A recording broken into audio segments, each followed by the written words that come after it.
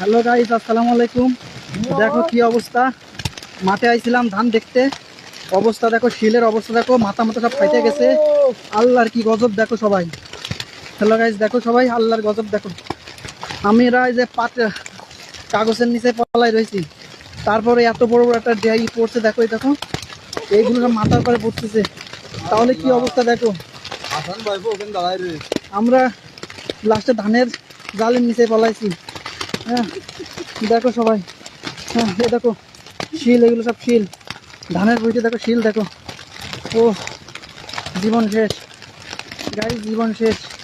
আল্লাহর গজব দেখো, আল্লাহ কি না করতে পারে দেখো সবাই।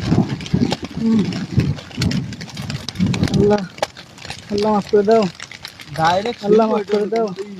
কোনো পানি পড়তেছে না, ডাইরেক্ট শিল পড়তেছে। দেখো সবাই গাইস, দেখো। হ্যাঁ হ্যাঁ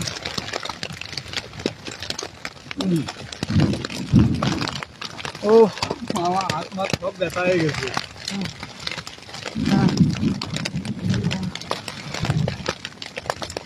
গাইস, শিল এক একটা ইটের মধ্যে পড়তেছে। আমরা ধানের দেখো, ধানের ভিতরে পলি আছে কীভাবে।